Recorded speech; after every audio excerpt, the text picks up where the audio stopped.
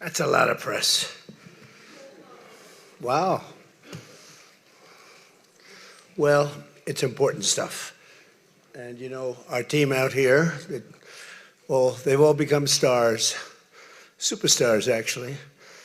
But we want to thank you very much. We've had a tremendous time and I think a great success. And we just concluded a very successful NATO summit here in Turkey.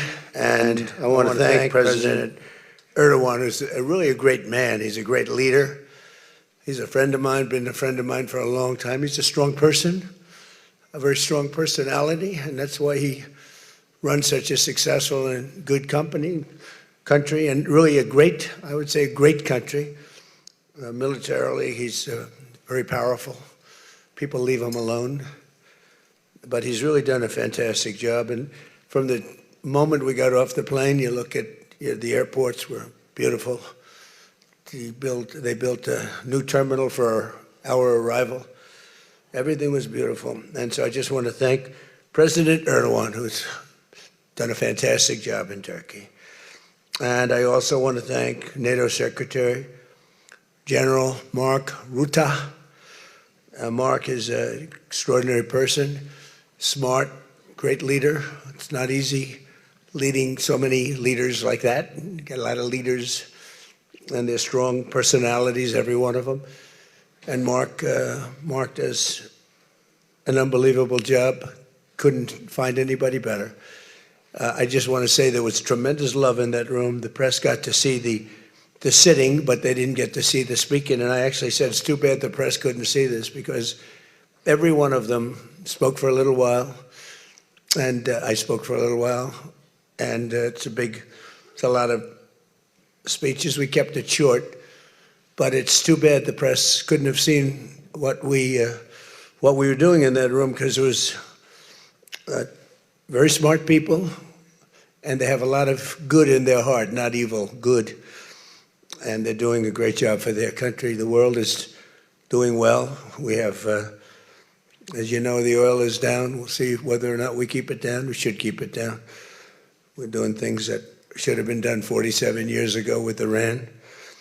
And I just want to say that throughout my first term and over the past 18 months, the United States has led a historic effort to dramatically increase the defense spending and to have equipment that no other country in the world has. When you look at Venezuela, when you look at Iran, essentially demolished their military in a couple of weeks.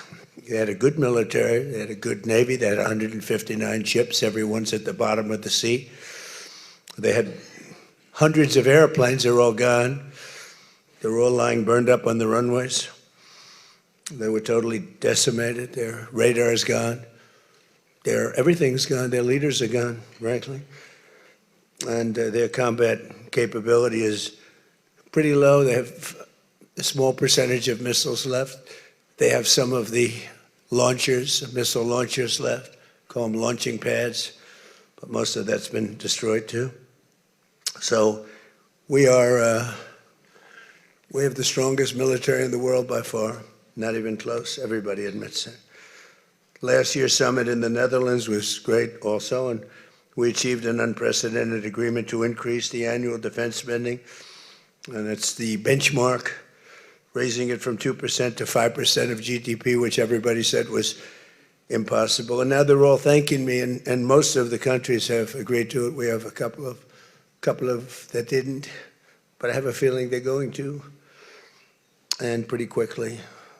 In fact, today they were very positive. One of them in particular was, I didn't think, a good team player. Today was a great team player.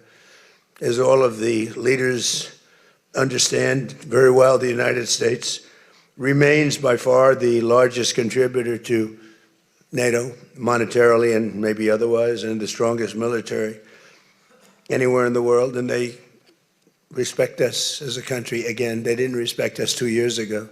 They laughed at us. NATO laughed at us. Everybody laughed at us. They don't laugh anymore. There's no more laughing. This year we invested a record $1 trillion in our armed forces, and we're going to be asking for $1.5 trillion coming up. We have the money being spent on the best equipment anywhere in the world. In the working session this morning, we discussed the progress other members are making toward the 5% target, and they're making great progress. Many of these countries are very rich, by the way. We don't have to feel sorry for them. But it doesn't mean they're properly protected. There's a big difference. Some have truly answered the call, and others are making big changes and will be answering the call. I think I can say in all cases they're going to be answering the call. And we'll be taking in over $1 trillion a year toward defense. And that's a tremendous amount of money. It's a big up. They were at 2%. They were actually at 1%. I got them to 2%. Then I wanted to get them to 5%. And we got up to 5% the last time. And they're, you know, just again, if you could have seen the respect and the love in the room, and it's love really for the country, for our country. I don't want to say me because you'll say, oh, he's so conceited. He's such a conceited person. But they do. I mean, you know, they like the job I'm doing. They said, sir, we love you. These are grown people saying that. Isn't that nice? Maybe, I don't know, maybe they're trying to get to me. And in the way they did, because there was tremendous unity in that room. And I urge all nations to accelerate their plans to get the benchmark as quickly as possible. The benchmark is going to be that 5% number. That's the number it should have been for years.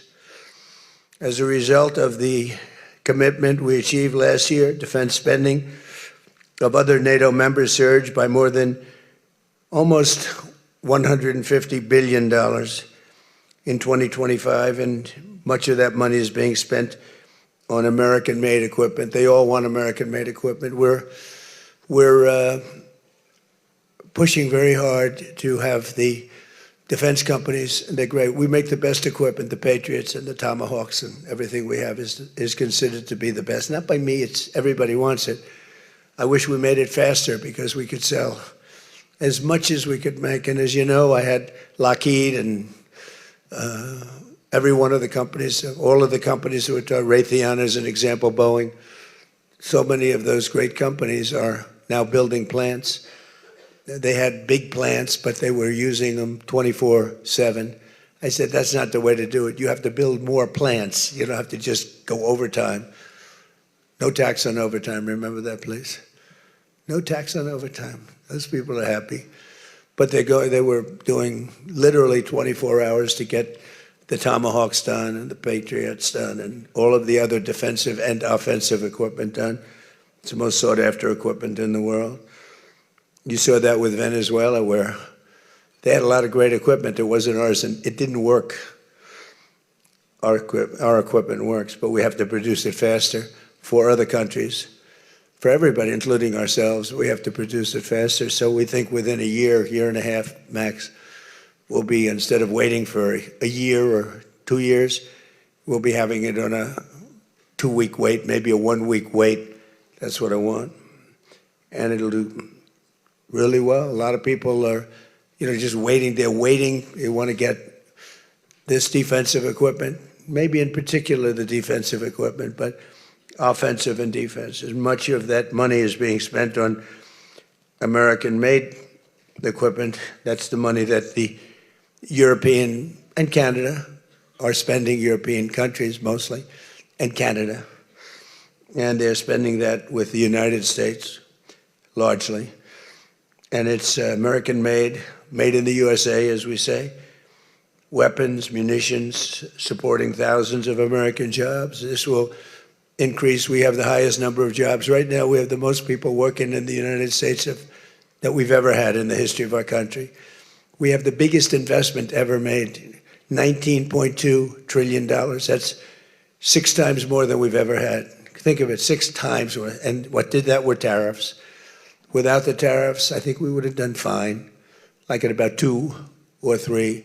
The last administration had much less than $1 trillion invested for 4 years. We have $19.2 trillion invested in 1 year. We haven't gone into the extra almost a half a year, 1.5 years. Those numbers won't come out for a little while.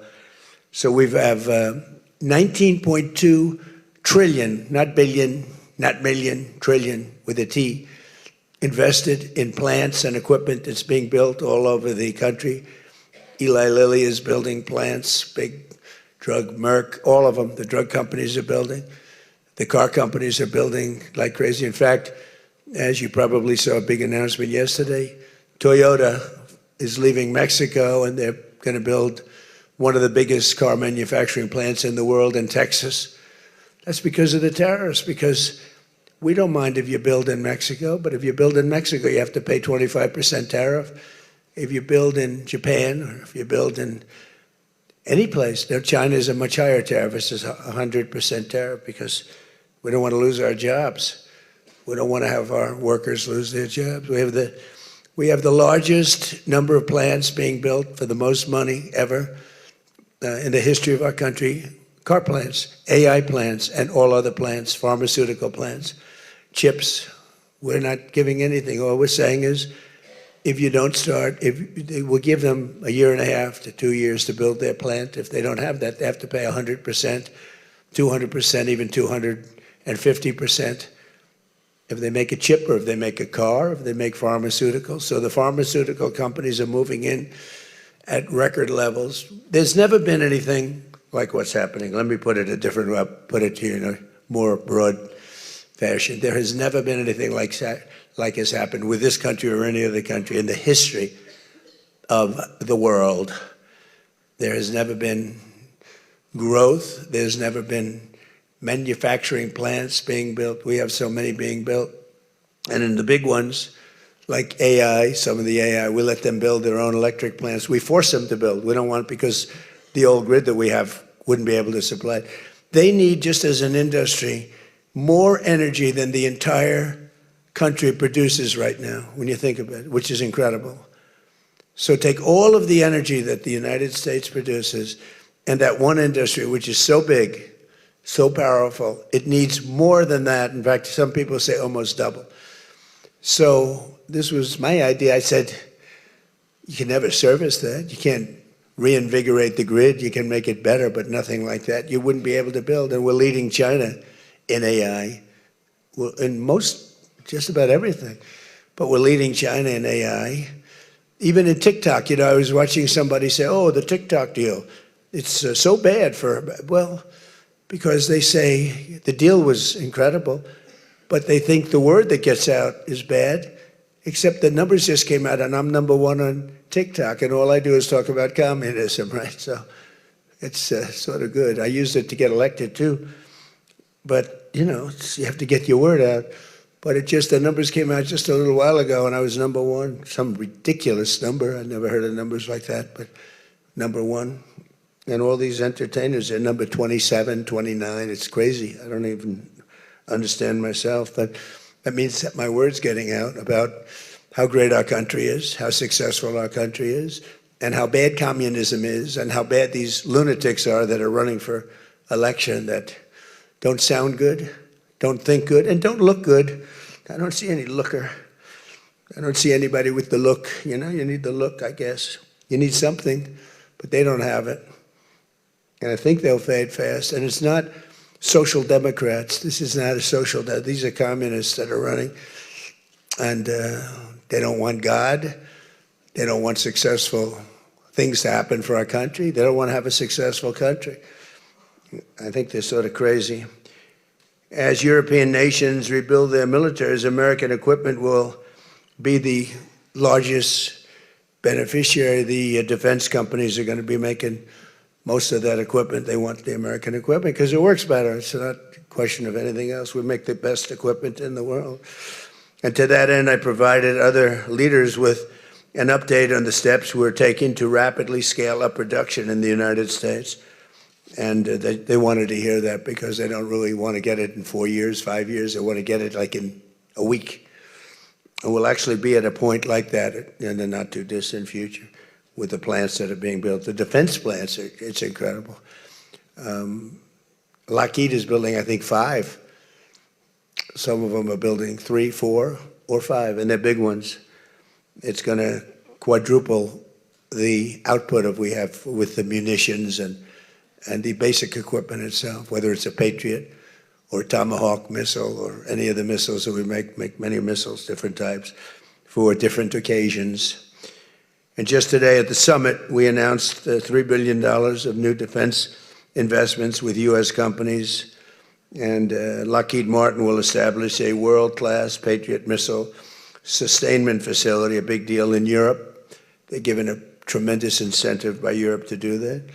All goes to the benefit of us and Europe because they're getting the best equipment. Northrop Grumman is moving forward with the sale of advanced American drone technology. We're actually the leader in drone tech. A lot of people don't know that. We have the most sophisticated drones in the world.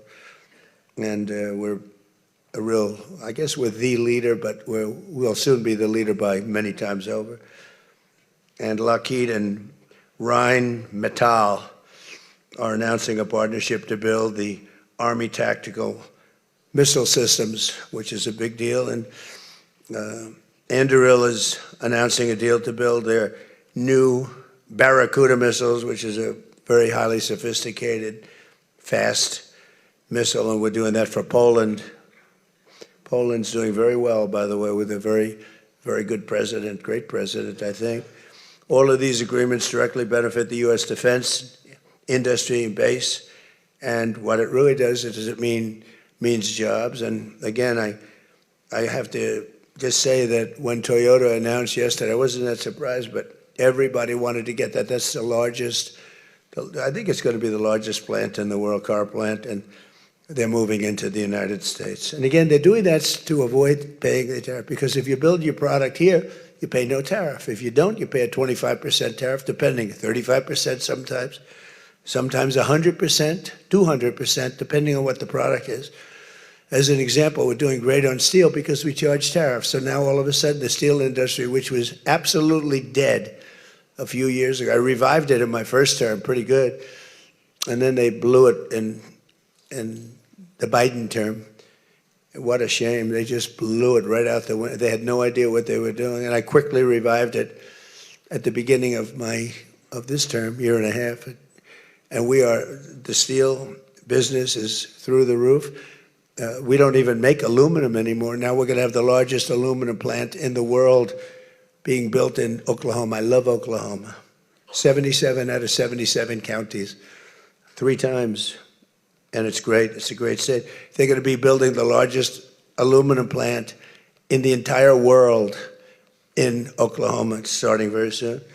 Over the course of the past 2 days, I had a number of excellent discussions with other leaders at the summit and held productive bilateral meetings with essentially all of them. We had dinner last night, just about all of them were there. President Erdogan of Turkey, as well as President Zelensky, and he just came in, as you probably saw, had a little press conference, and also President al-Shara of Syria, who's doing an unbelievable job in unifying Syria. What a job he's doing. Syria was a mess with what happened with the previous government, you know that. Very dangerous place, and now it's just come together. He's done a fantastic job. People are talking about it. In every conversation, it was clear that America is back, and we're stronger and bigger and better than ever before. We have more jobs, as I said, than ever before. And we're respected again like maybe never before. We are so respected as a country. That's why I wish I told the Secretary General, Mark, I said, it's too bad the press could not see what's happening in this room. You saw the big round circle with all of the leaders of all of those countries. And I don't know, I think they should allow it. The theory is that they won't be speaking quite as freely, and it won't be quite as good, but who knows? It was amazing, actually. The unity in that room was incredible. Really a love. It was sort of pretty wild. There was a love in that room that was great. So this was a tremendously successful summit. And again, I want to thank President Erdogan, Turkey, and so many of the presidents, prime ministers. They were all here from NATO, the NATO countries. And in particular, we have to thank the Secretary General Mark Rutte for doing a fantastic job. He really put on a tremendous, his was just something, he He's a unifier. He's a tremendous unifier. So I could take a few questions. We've done a few of these already today, so I don't think we should take too many. I don't think we should take, right? So we're going to keep it a little bit short, and I know a lot of you are going home. Some are going with me. So go ahead, please. Sir, yes. Yes. No. The gentleman right here. The very tall gentleman who's very insecure. He doesn't want to ask the question. He's a handsome guy, but he's very insecure. Go ahead. Do you want to shout it out? Give him a mic. How about giving him a mic? You shout it out. Mr. President, your operation in Venezuela has been lauded as a military success, and yet the Iran war seems to be a strategic dead end for you. Why are you apparently unable to end the Iran war? So I think we're doing just the opposite. The Iran war has been a tremendous military success. And, you know, I can only answer the question by saying they're not going to have a nuclear weapon. I think I was there for one reason, that Iran cannot have a nuclear weapon. I call it, we denuclearize Iran, and that's happened. They will never have a nuclear weapon. That stuff is so far down under a mountain. It's a granite mountain that collapsed on top of it. Take months to get it out. I think it's a tremendous success, Iran.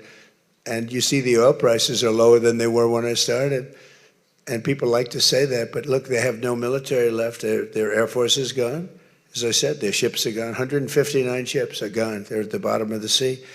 Their radar is gone. Everything's gone. So when you say not a success, it's a tremendous success. The fake news likes to say how well they're doing. They're doing terribly. They have 350% inflation.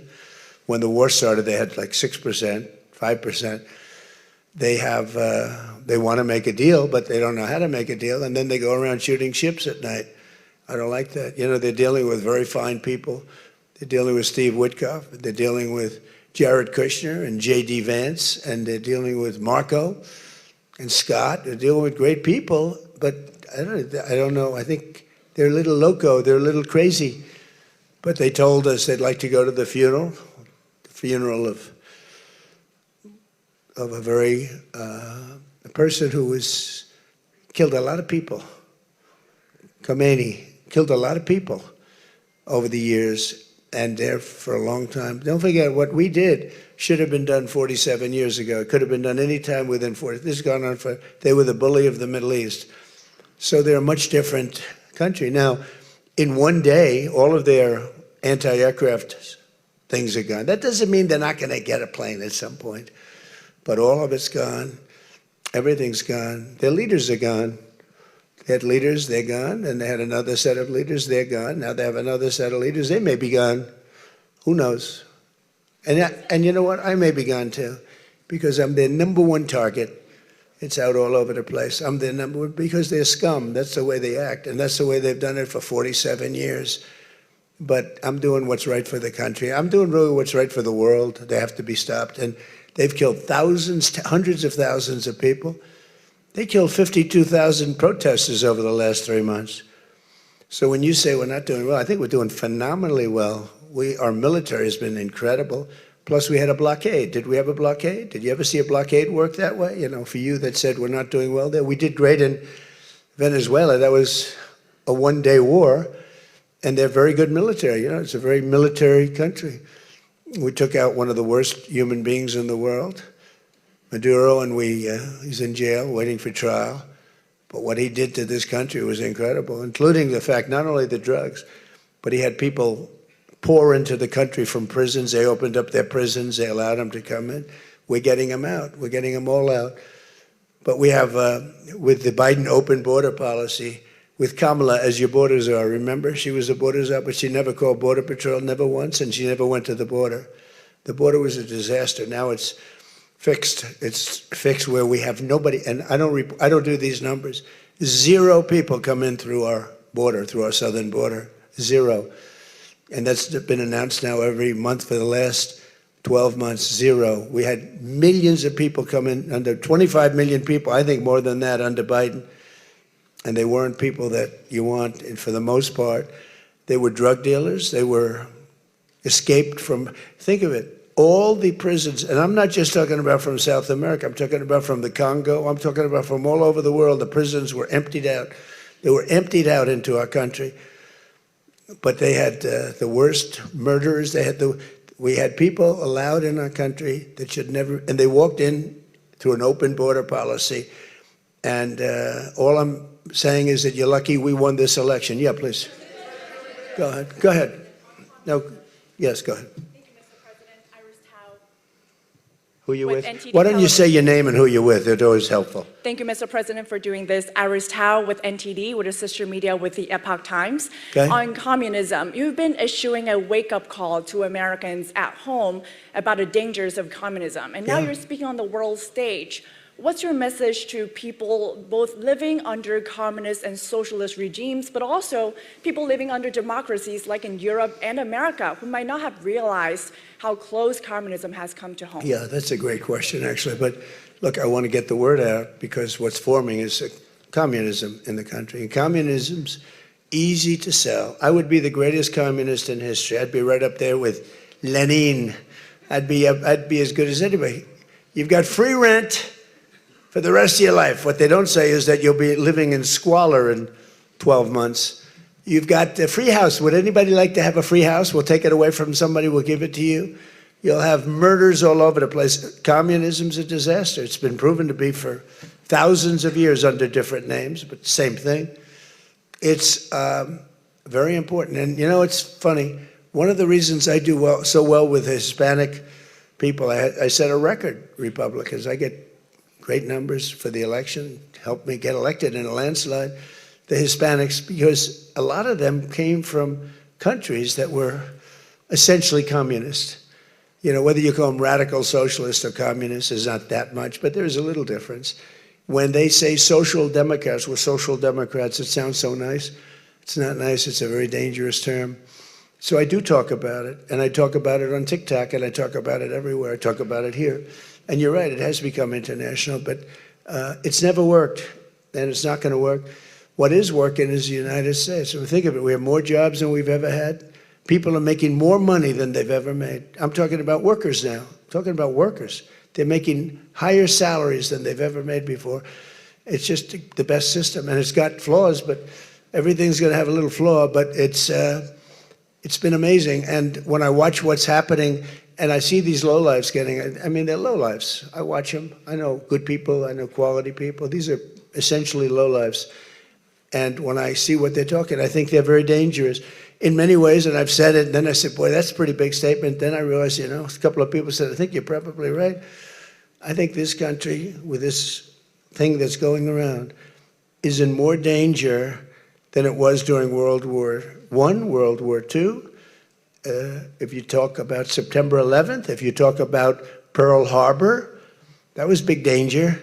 I think the concept of us going communist, because one thing that happens when you go communist, you never come back, never comes back. You die in squalor. You die a horrible death. You die in squalor, and it gets very evil and very nasty. Yeah, please go ahead. Mr. President, Tyler Pager with the New York Times. Last month you said Iranian leaders were very rational people, nice people to deal with, strong people, smart people. Today you said they were scum, sick people, and being led by sick people. What changed, and do you think I got to know them. So I've said that about a lot. Now, when you say rational, I think they're much more rational than level 1, level 2. Level 1 is gone, level 2 is gone. This is level 3. I think they are more rational, but based on their actions over the last week or two, they're not doing a service to the people. And I think more than anything else is I got to know them.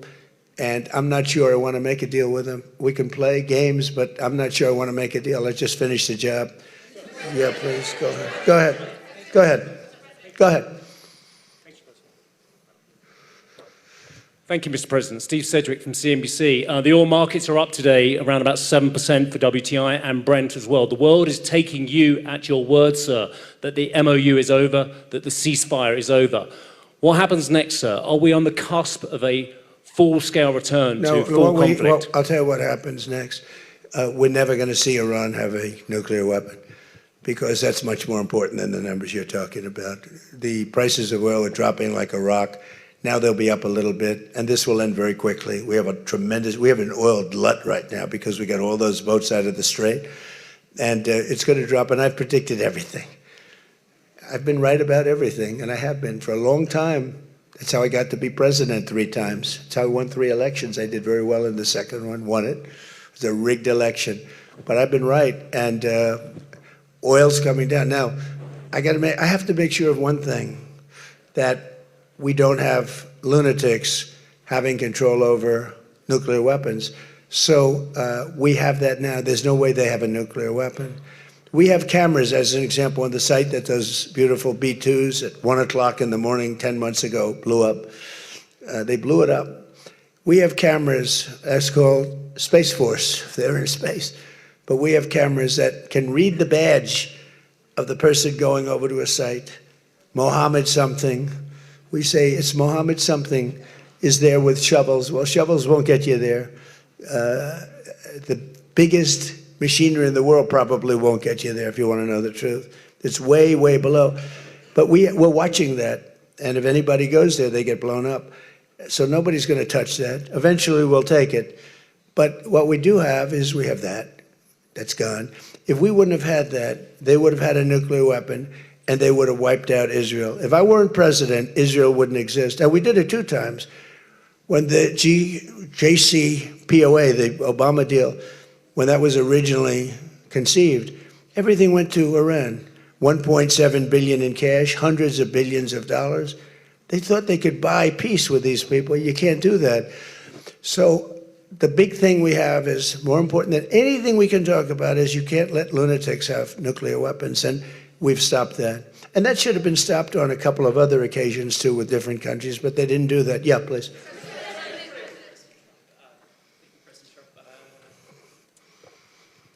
Stephen Nelson from the New York Post. I'd like you to address speculation that you're leaving Ankara not in the new Air Force One because of security concerns involving Iran. You've spoken today twice about them possibly assassinating you and possibly being successful. Did that concern have something to do with Well, I speak about it a lot because, you know, the life of a president is very dangerous. It's 5.2%. You know what a race car driver is? 1/10 of 1%. A bull rider, that looks pretty dangerous to me. It's 1/10 of 1%. No, it's 5.2% is you don't make it. You should have told me, you're an excellent reporter. You should have told me that years ago. Maybe I wouldn't have run. It's a very dangerous profession.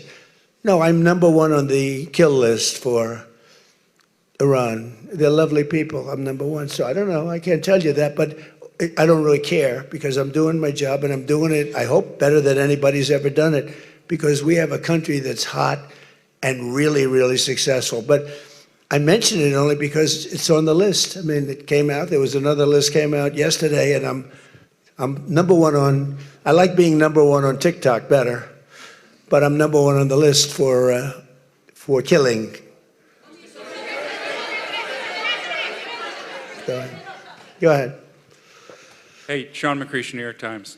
But why aren't you flying the new plane home? Say what? Why aren't you flying on the new Air Force One home? It's flying to Europe, to one of the big bases, 2 or 3 of the big bases, where we can show it to the people.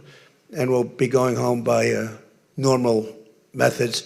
But we have it going to Europe, to a couple of bases, actually 1 in particular, but it's going to go to a couple of bases, stop, so the soldiers can see it, because it's truly magnificent. Yeah, please?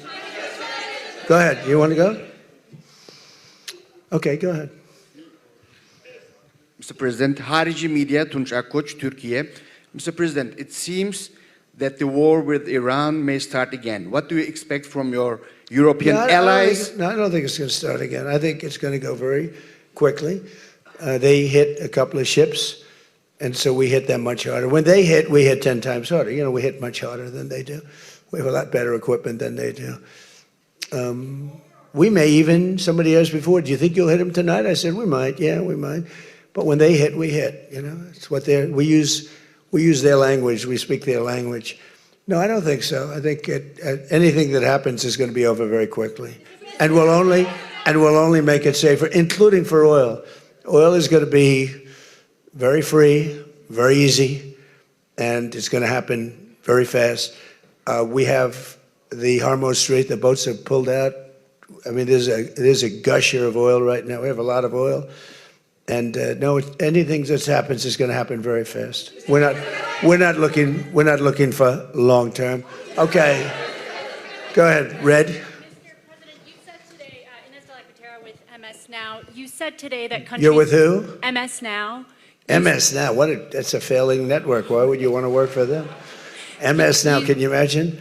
They wanted to get away. They took the name NBC because they were embarrassed by it. Go ahead, let's go. When do you hear this question? You said today that countries like Spain, Italy, and the UK were not there for the U.S. and its war with Iran. Should those countries be attacked, will the U.S. be there for that? Well, I'll tell you what. Number one, Spain has been very bad, but you know Italy's been good, and almost all of the countries have been good. They just had a bad moment. They didn't help us. We didn't need the help, but if we would have wanted the help, I said, by the way, if I want help, Sir would rather remain on the sidelines, and I didn't like that answer. UK gave an answer that was sort of weirder than that. They went out. I said, would you like to help? They said, we do, but we want to wait till the war is over. This was not in the spirit of Winston Churchill. So, yeah, I mean, I'll tell you what, I can only say if there's one word that comes out of today, it's unification. I've never seen anything like it. Every one of those countries, they love us, they love each other. That was tremendous unification. It was a nice thing to say, and it was a very fair question, too. Yeah. Green? Yeah, you're wearing green, right?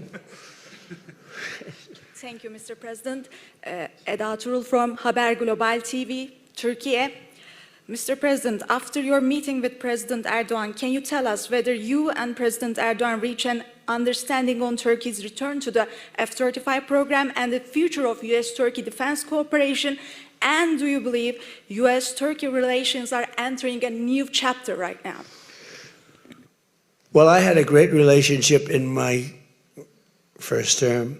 You remember Pastor Brunson, and he was put in jail for 35 years, and I called. He was an evangelical hero, actually, very good man. And I called President Erdogan, and he let him out. I didn't pay anything like Obama and Biden pay billions of dollars all the time. I never paid any for anybody. I just tell him, let him out. Let him out. But in this case, I didn't say it the second way. I said it the first way. I said, look, he's a good man. He's highly respected in the evangelical, and I'd like you to let him out. And he was in my office, in the Oval Office the following day, Pastor Brunson. I had a great relationship. When Sleepy Joe Biden got in, bad things happened with a lot of things between the border. Everything was bad. We were laughed at all over the world, and we had a very bad relationship with a lot of countries. I think Turkey was one of those countries. But that changed on November 5th when we had the election. And it's one of our best relationships. We have a great relationship. And they're talking about the F-35 airplane, and it's the best plane, and everybody wants it. And we have to make a decision who we give it to. I mean, my inclination, because he stayed out of, he's not a huge fan of Bibi, and he's not a huge fan of Israel, but he stayed out of that war. He could have gone into that war very easily, and he didn't. At my request, he stayed out of that war. He's been a very good ally. I mean, Marco could tell you we have a very strong relationship with Turkey. You know, it's a very big country. It's a very powerful militarily. It's the second most powerful country in NATO. It's a NATO country. So whether or not we do that, I haven't totally made up my mind. But my inclination is to say, look, he's done everything. He's helped us in so many different ways. And you know who else has been good to us? China. China never came into the war. They get 50% of their oil from Hormuz Strait. They never came into the war. They never said, I'm going to send a ship in 5 destroyers along each side of the ship. They never did. No, President Xi's been great. Everyone's been sort of great, to be honest. You know why? Because they respect our country again. They laughed at our country. They thought we were a bunch of fools. They saw a president that couldn't talk, he couldn't walk. He was a disaster.